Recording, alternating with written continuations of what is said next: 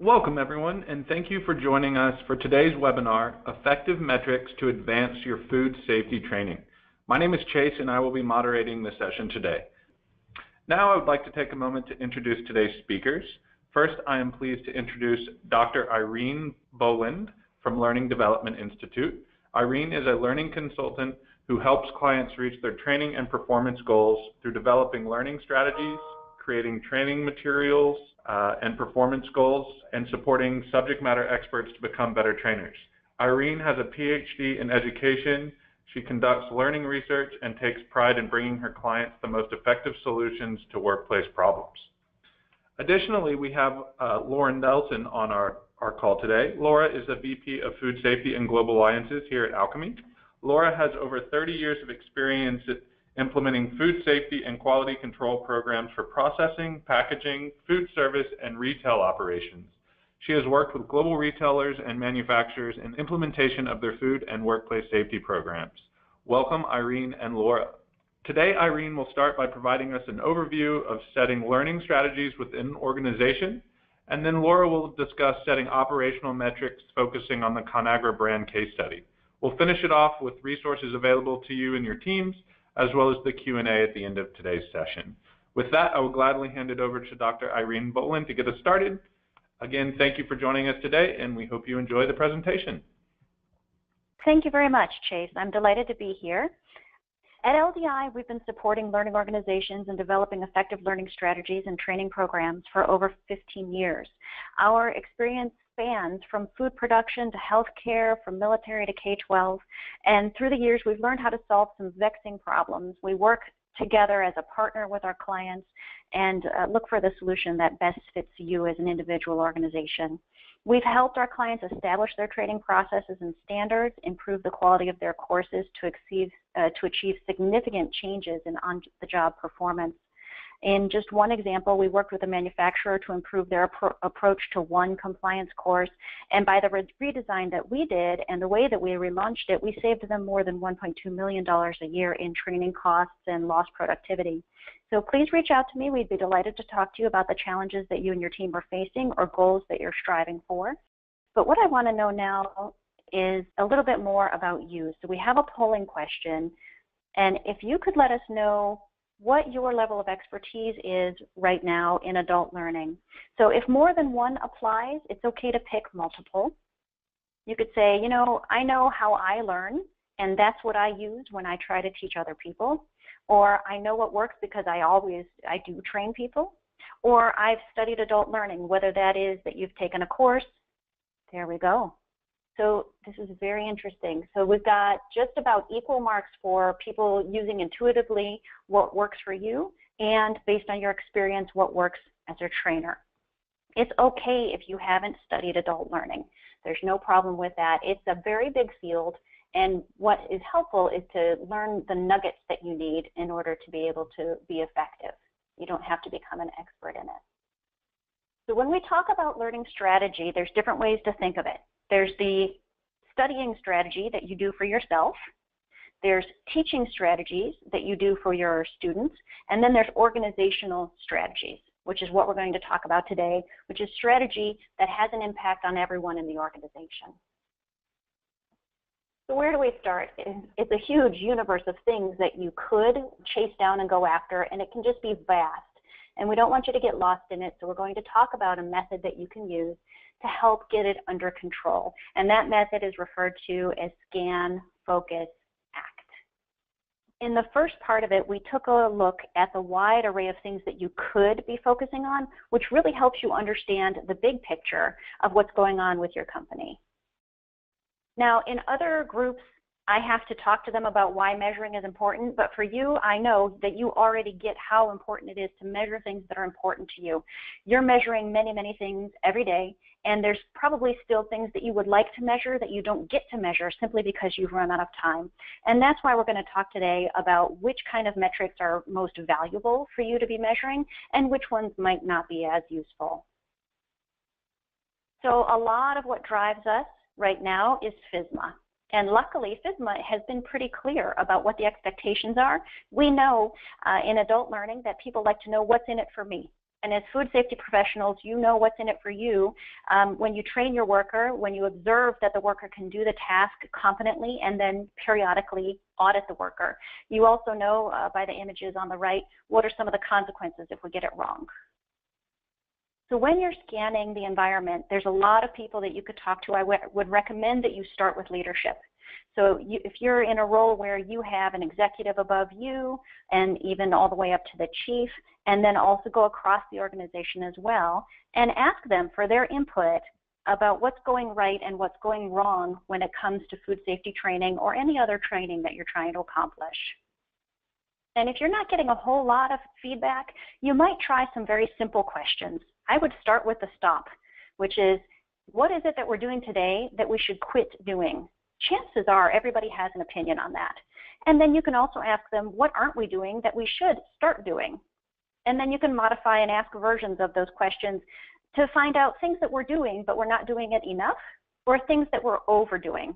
Perhaps you have a survey that goes on every single year where you ask people about how they feel about the effectiveness of their training, and maybe that survey could be done every 2 years or every 3 years instead.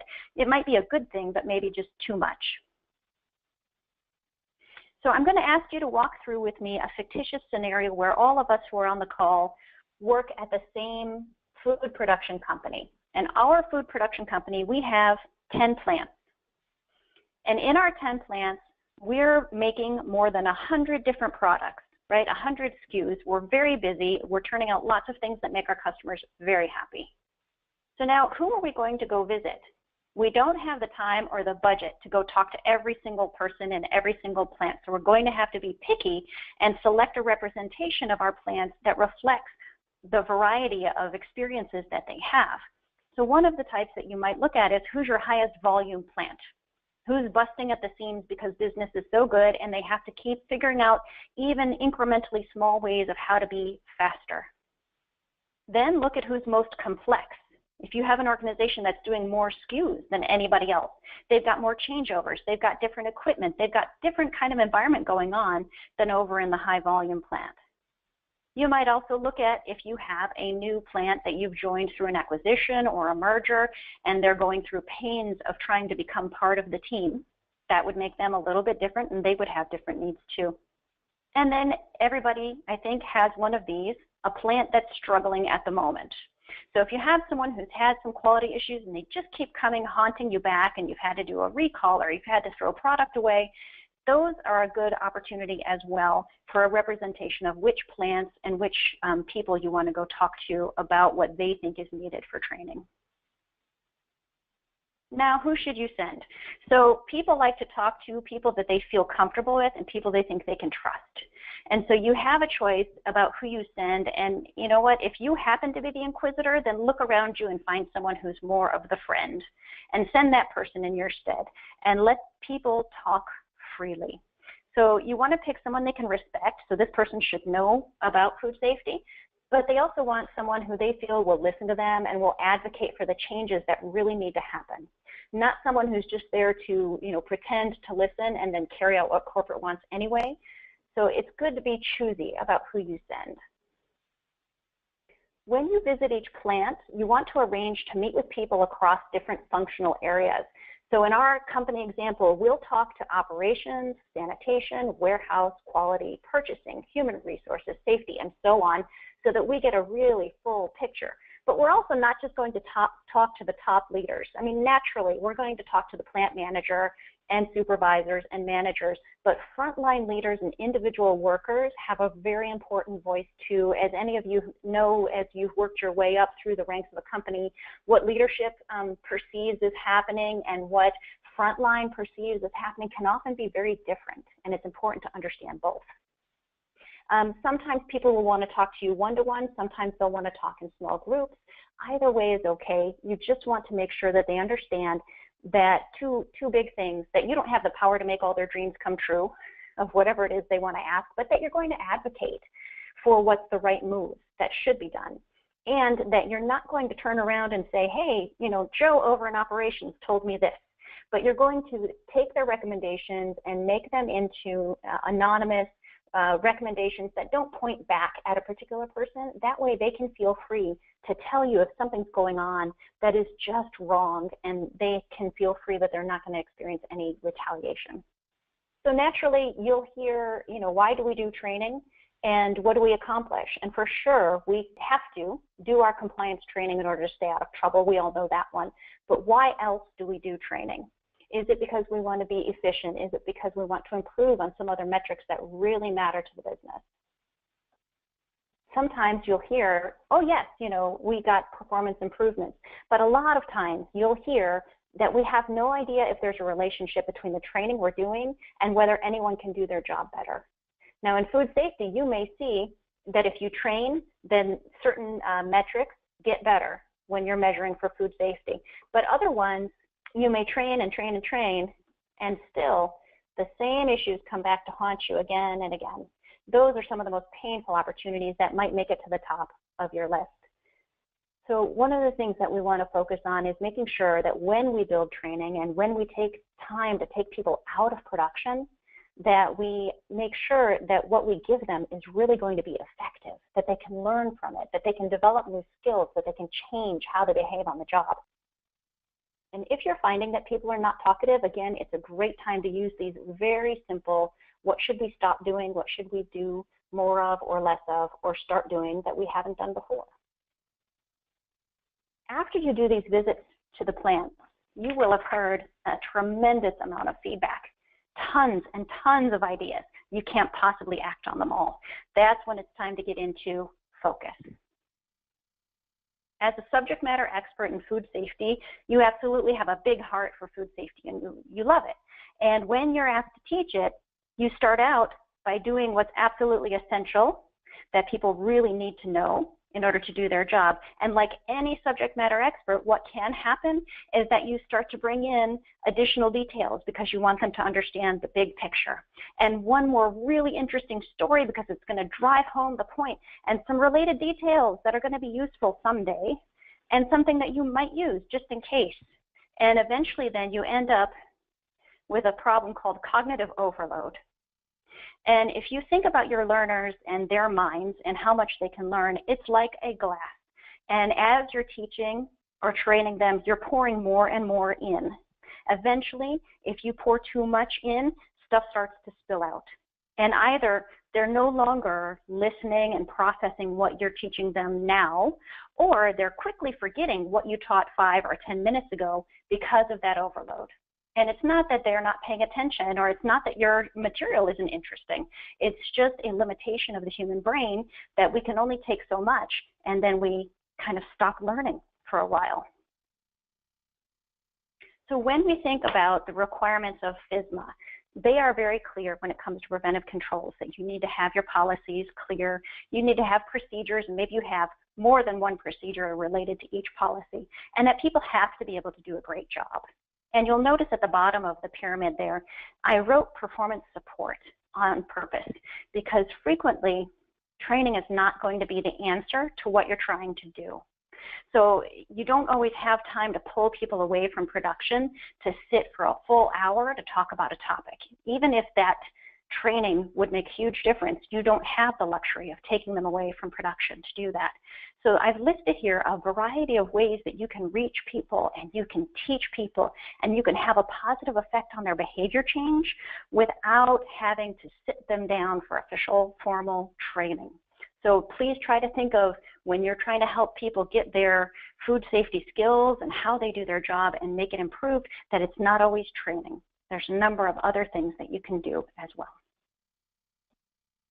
So it takes a bit of effort, but you can take all the notes that you took from talking to people and boil it down to things that your leadership and your plants can understand, right? So you're going to give them the digested, very neat version of all that stuff that people told you from leadership all the way down to the front line. And you can summarize it in a way that explains to them what kind of gaps we have and how we plan to close them. So if you look on the left side, there are two subject areas that are pointed out, which is measures, how we measure things, and learning methods, right? So today in the measuring, we're just taking attendance and doing a quiz. But in the future, we want to do more. We want to be able to see that they've changed behavior, that their performance on the job is even better than it was before.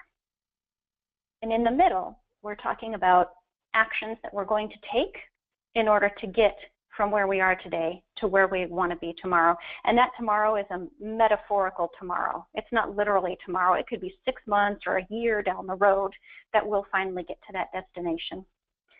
But you can go through each of the subjects that you heard people talk to you about and summarize where we are, where we want to be, and what we think we'll do in order to get there.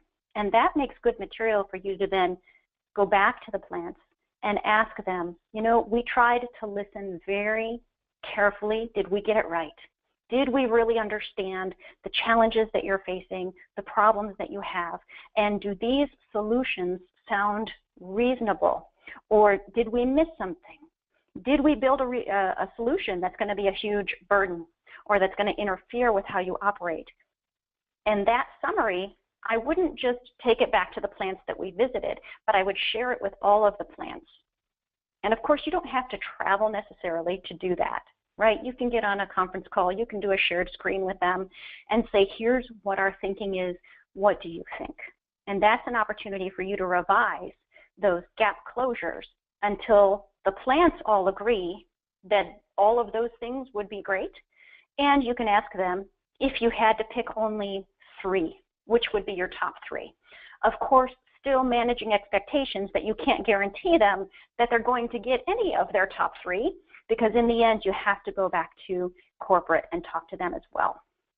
Once you've got it refined and you believe that your gap closures accurately reflect what your plants are looking for to help improve your training, then it's time to take it back to leadership and be prepared to explain if there are gaps between what the leadership thinks is happening in the plants and what they feel is most important and what the plants have told you. And so there'll be some time where you'll be thinking together with leadership and saying, you know, I get that you have goal A, but I also want you to be aware, you know, that plants have problem B, and let's figure out how we can do something that relieves the immediate stress that that plant is under while also driving towards your long-term goals. And again, you may need to adjust your gap closures and make sure that the leadership is in agreement that you're approaching things correctly and that which ones they're willing to fund. So when you confirm with leadership, you're going to have to come back and not only tell them what you think we need to do, but start talking to them about what you think it's going to cost. So that gets us into the area of act. Now we know what our focus is. Now we know what our universe of things are. Time to act on the few things that are going to mean the most to our business. So we're going to stop for a poll. If you could please tell me how you track or monitor the effectiveness of your training today. And this is another one where you can select all that apply. So if you're just making sure that people show up or asking them if they liked it, then just pick the first one. If they take a quiz during the training, pick that one. If you come back later, a month later, 3 months later, 6 months later, and you're checking for retention, you can pick that one. Okay, let's have a look at what we've got. So for sure, we're checking for attendance or reaction, and then very high levels, that's great, of quizzing during training. So we know if they're understanding as we go. And then less, you see that, because we can't keep pulling people out of production, and most likely because the person who would go around and check for retention is already swamped with work to do. So 31% for checking for learner retention is not that surprising. And as far as return on investment, the fact that there would be even fewer is not surprising. So attendance is something that falls kind of off the bottom of the model when you talk about measuring the effectiveness of your training. In the learning field, there's a handful of different models that are used to talk about what you should measure and how you should measure. And a really famous one is the Kirkpatrick model. And it has a varying level of items that you can look for. And they're usually thought about from the bottom to the top. The ones on the bottom are the easiest to gather and the cheapest, but also less useful for you than the ones on the top.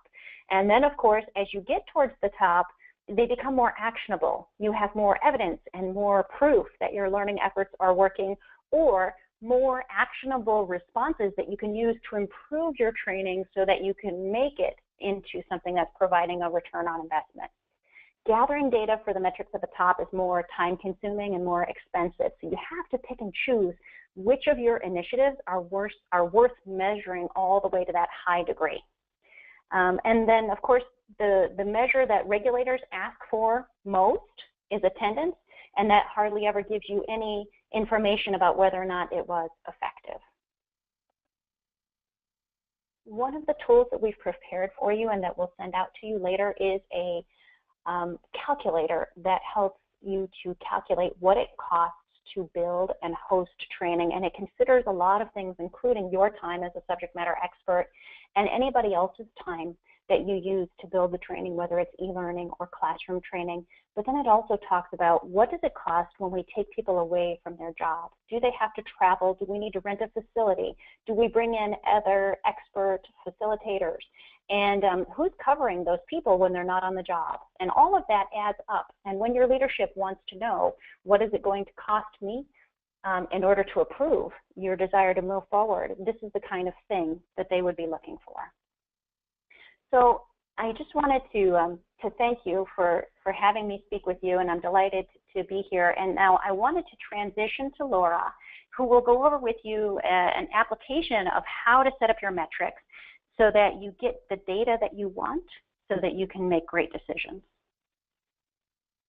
Thanks, Irene. Gosh, thanks for a great presentation on developing a really comprehensive corporate training strategy. Lots of great information there.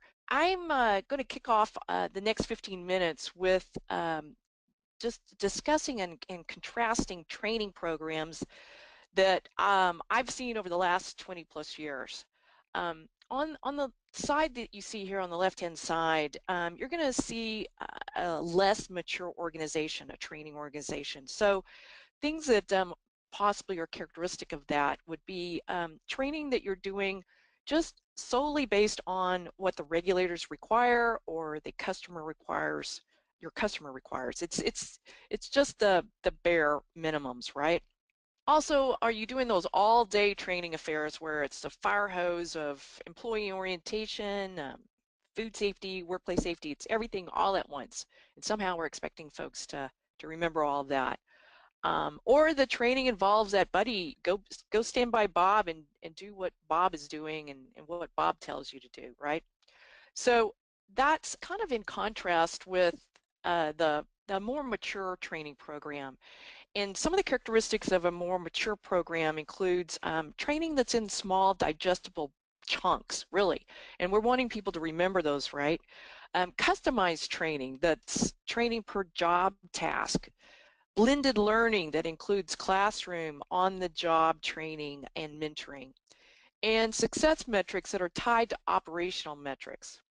So I am pleased to be able to present this ConAgra study, case study with you today, and it'll help to illustrate how a more mature training process is executed and using metrics as its cornerstone. So I'm very excited about that. First, just in case you have cognitive overload, as Irene said, let's do a quick poll. If you will, answer and respond to, despite all of our classroom training, I still have employees not following our food safety program. Gosh darn it, yes I do, or no, everybody's towing the line, everybody's doing what they're supposed to be doing very consistently. So let's take a look at that. 92% of you said, yep, I still have some rogue players out there. And this is not unexpected. We continue to struggle. We're spending a lot of time and a lot of resources on our training programs, and yet we still have these folks that are not doing things consistently, and that presents a risk to our business. So how do we overcome that, right? Question I have for all of you is, what if we could all make this bold statement like Dale Greenbank at ConAgra Brands? Every day, every single shift, every job role, we have a validated person in that job role. That's a powerful statement. That validated person, someone that is proficient in the skills necessary to execute that job. That's a big statement. Dale is the continuous improvement manager for the Rensselaer, Indiana plant, and was completely instrumental in helping me create this case study for you. So I'd like to thank Dale for his time and effort in making this possible for you today. With the assistance of Dale, we created this case study to talk about ConAgra's approach to continuous improvement using metrics. For those of you that may not be familiar with ConAgra Brands, they're headquartered in Chicago, Illinois, with more than 13,000 employees at 40 plant locations. And they have created this continuous skills development process, shortened for CSD process, and it's a culture to drive continuous improvement using established metrics to equip their employees for success. If you'll just take a moment, grab a notepad and pen handy, because I think you're going to hear some helpful ideas to help you in your own organization.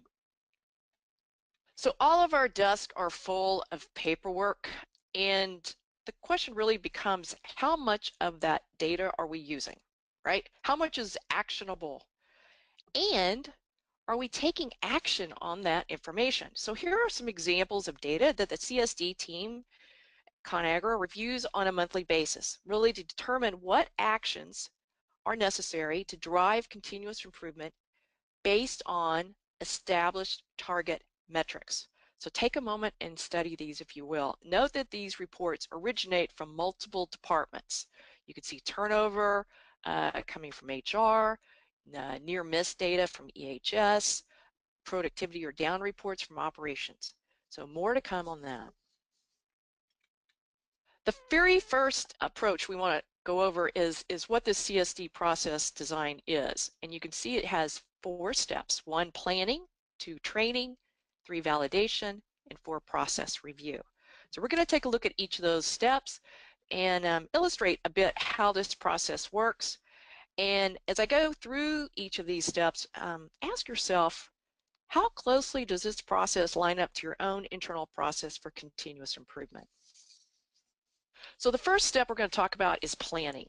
And planning, as you can see now, we haven't even started training. We're planning for that training. So you can see there's 5 steps: creating a process map, skills inventory, developing the training curriculum, establishing the qualified team members, and setting the appropriate target and metrics. So what does that look like? Well, this is an example of just that first step, that process map. And it's a map of the batching operation in a plant.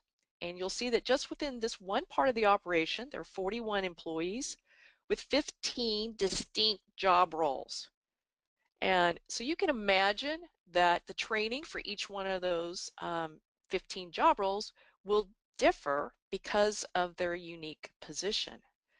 Interesting recognition there. We're going to focus on the 7 stuffing operators in step 2 for our example. Let's just say that there are 4 major skills needed by those stuffing operators for job success. The operations required 7 stuffing operators per individual shift, and we know, because HR has shared the information, that we have an average 70% attendance rate. So the plant will train and validate 10 stuffing operators to ensure that we always have 7 validated operators available for that job. So you can already see ConAgra is relying on turnover data and number of validated team members to ensure that they meet that metric. So training is created for those stuffing operators. It includes both classroom training and on-the-job training. And a skills validation checklist is prepared with the acceptable scores established before we've even done any training. So the next step is now training. So there's a number of things created, and it's not just, I think that the point here is certainly it's not just a PowerPoint.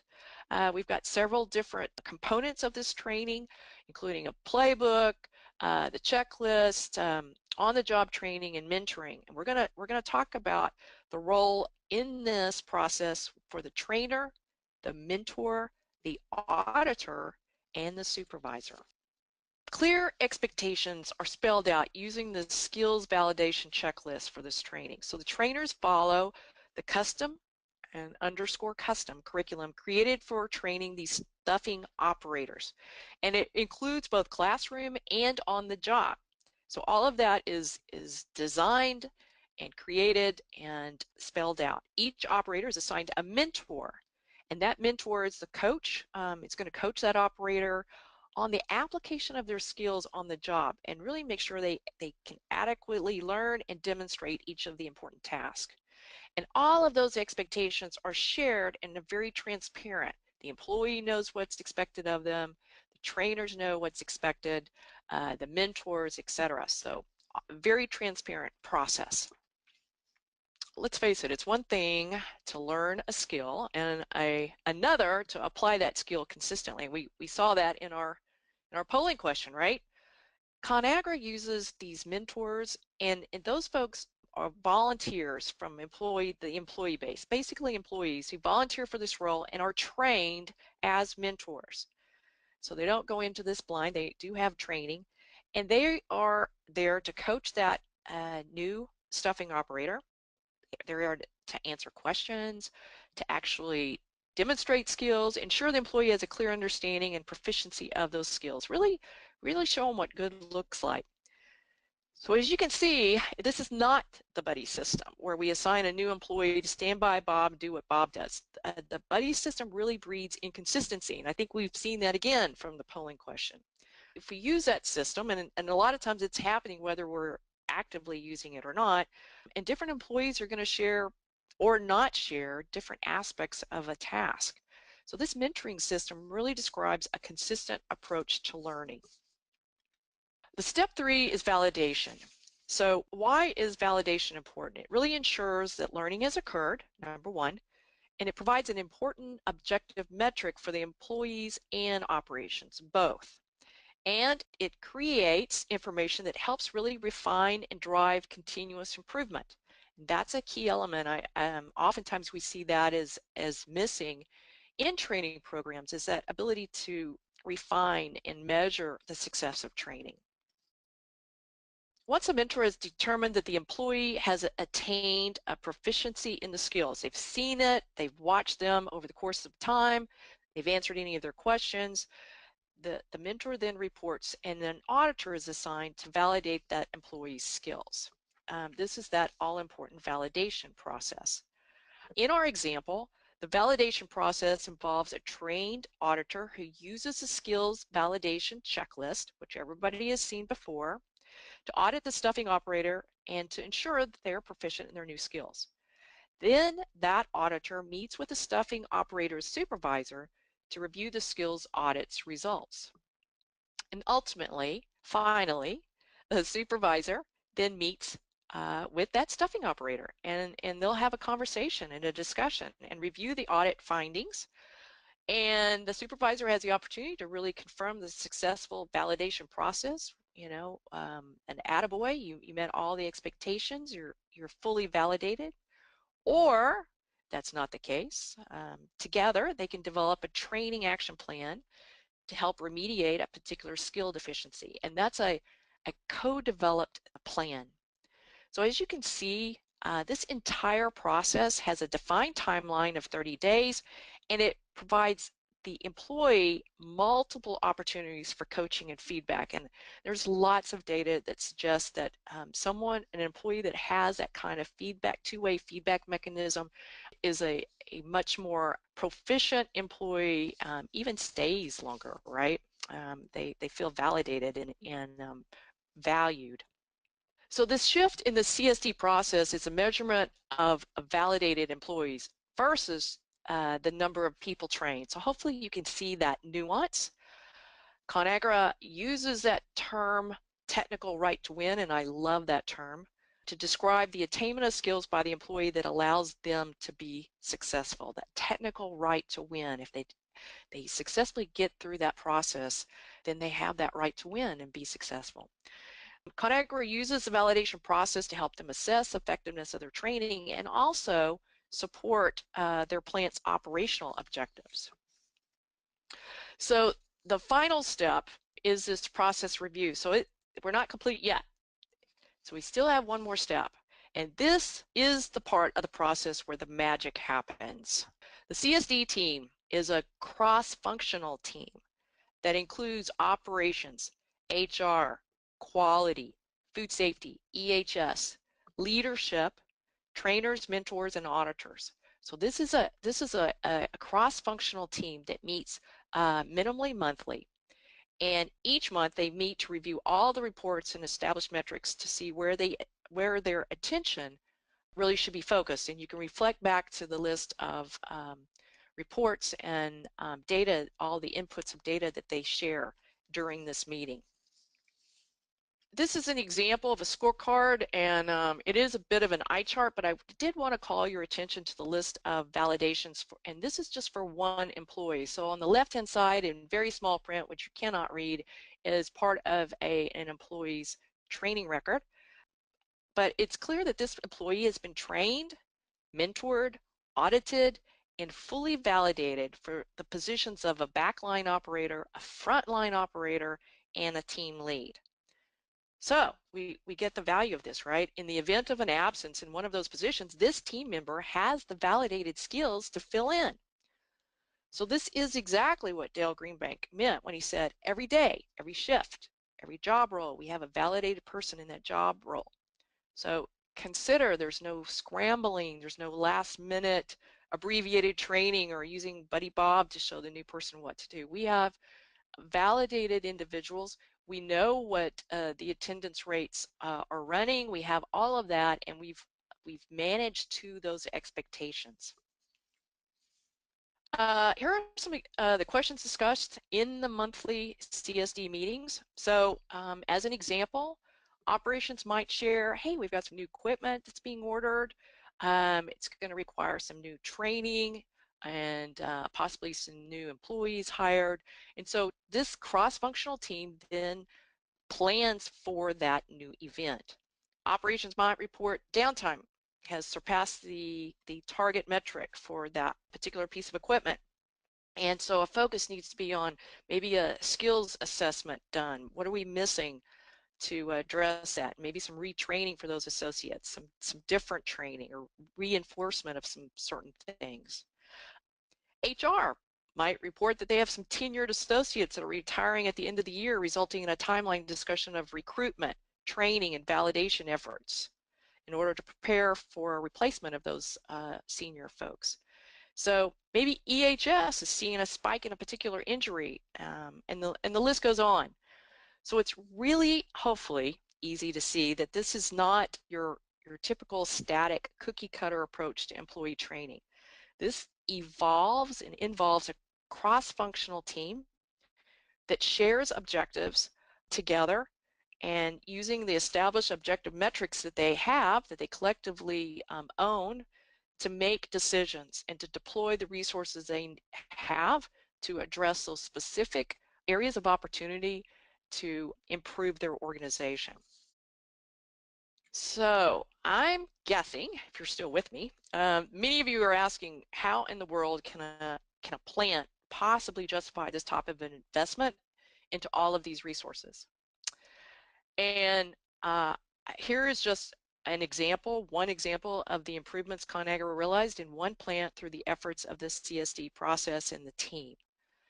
And you can run through those. Recordable injuries reduced by 50%, turnover reduced from 23 to 12%, customer complaints reductions, efficiency improved by 32%, uptime, increased productivity. Those are, I think if you calculate those, even for your own organization, how valuable would it be if you were able to deliver those type of results for your plant? So it's clearly worth the effort and the resources. I can tell you that it's this system works and has the support of the entire organization.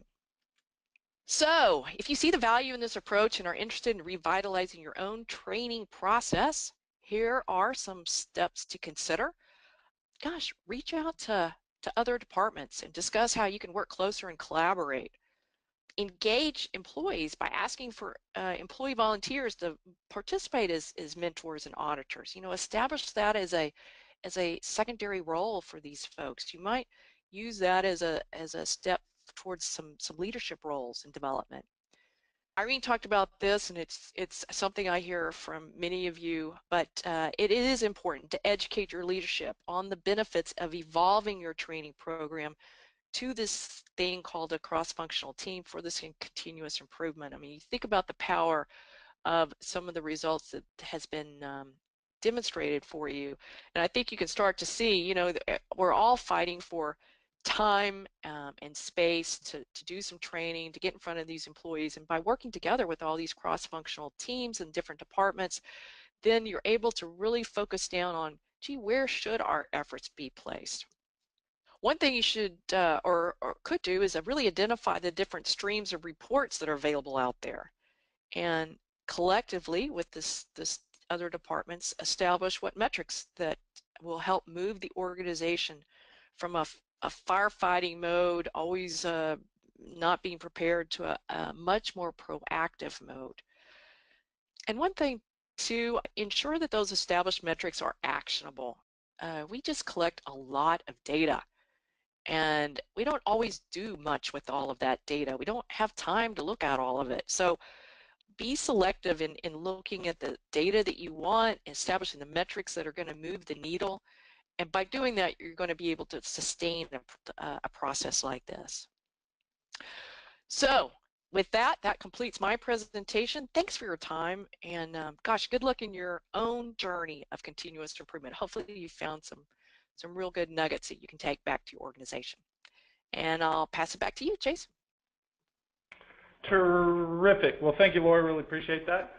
So we promised to talk to you about a couple of different resources that we have available here. So Alchemy's training, coaching, and reinforcement programs provide access to hundreds of multilingual courses. It helps you reinforce training.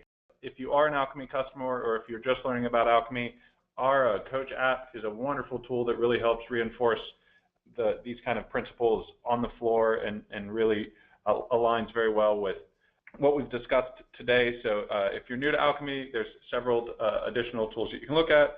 And if you are an Alchemy customer and you're currently not using Coach, we highly recommend taking a look at that.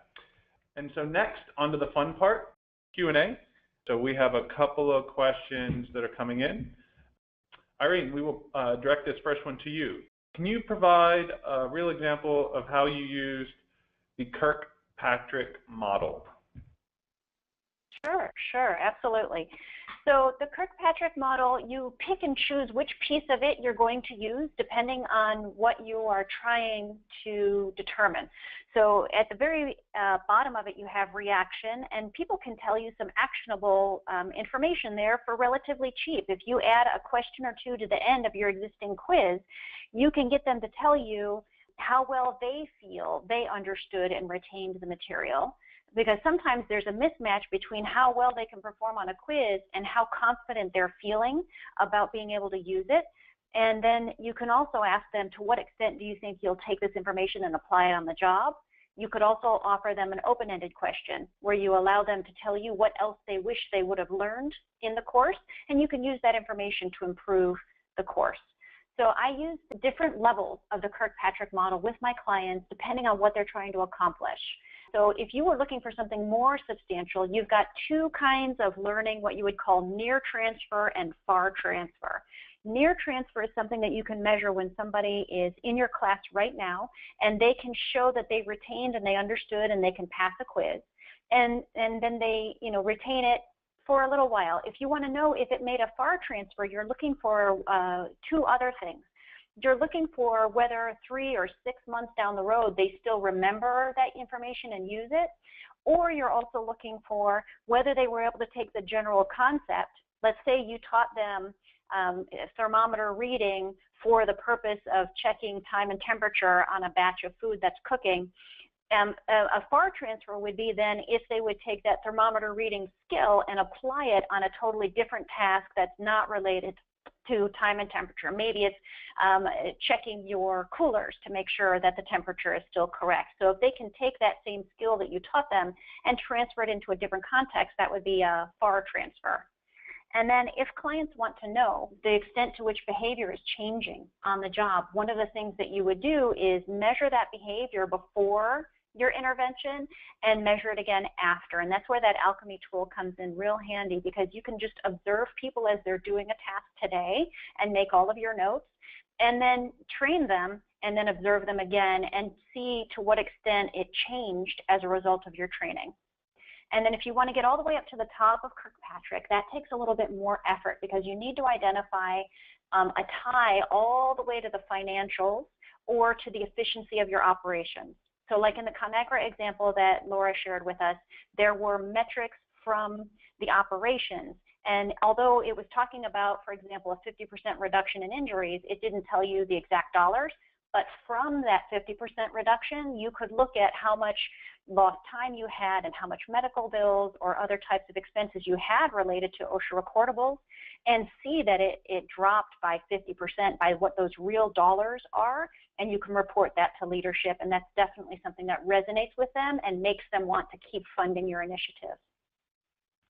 Terrific. Laura, we have a question for you. Can you elaborate a little bit on what you mean by the 30-70 rule?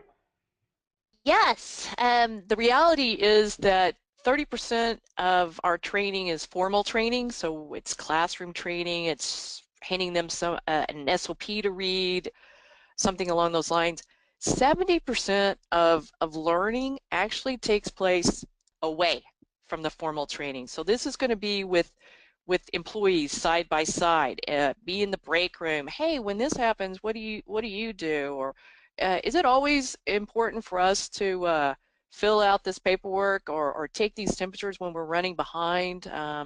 What do you do when, and people start to come up with answers, and that becomes the training that people are seeing and hearing. So that's where that inconsistency is introduced. So if you could start to have a stronger control on that 70%, that kind of on-the-job training, secondary opinions that are rolled in, you start to get a little bit, drive more consistency in your programs. Awesome, thank you for that. I think we have time for about one more, and this one actually I think would be great, Irene and Laura, for you both to jump in on. Which key indicators would you suggest for the entire training process? That's a fantastic question.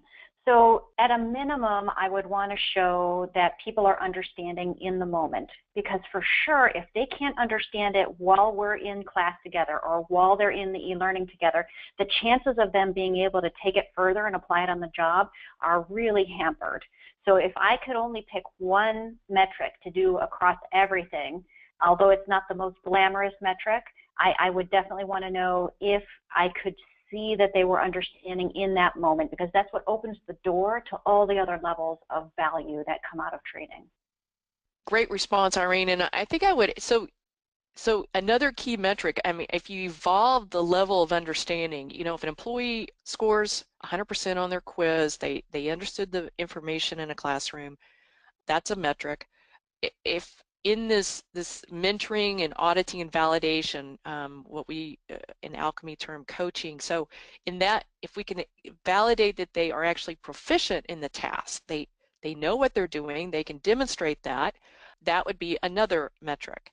I'm seeing people evolve even further on taking those employees in and having them train and validate their peers. It's amazing how it's one thing to be the trainee and a whole nother to be the trainer. You certainly have to know your stuff to be the trainer. And then I see some companies that are actually having peer-to-peer observations and communications, and it's so powerful. That's how you really start to strengthen a culture, is when you're able to have peers start instructing each other. Hey, you're doing it wrong. This is the way we do it here, because we've been trained on this. And so it's not just a supervisor with that iPad, but it's a peer-to-peer communication. Amazing how powerful that is. So that could be a target metric, for example. Well, terrific. It looks like we have time for one more question. And Laura, we got one for you. What is the best way or model to determine a starting point to begin the development or incorporate a CSD type system? Yeah, we can't eat the elephant, right, in one bite. So that's where that last slide, I think it really depends on, do you have communications across lines, across departments? I see a lot of siloed departments out there for good reason. We've got our head down, we're doing our thing, and it's all we can do to get our thing done. But the power of that collaboration in saying, look, we're all trying to achieve certain goals and aspects. Let's link arm to arm. So that first opportunity, I guess the first opportunity would be make sure you get your senior leadership open to this idea and the power that this can bring. That would be task number one. And then certainly collaborating and communicating and saying, let's just establish one or two key metrics that we're all going to work together. We're going to come together for a quick 30-minute meeting every month. We're going to see where we are at. Are we moving the needle? And I think all of us have an opportunity. We know instinctively, gosh, we have a high injury rate, or our turnover is out the roof, or whatever it is.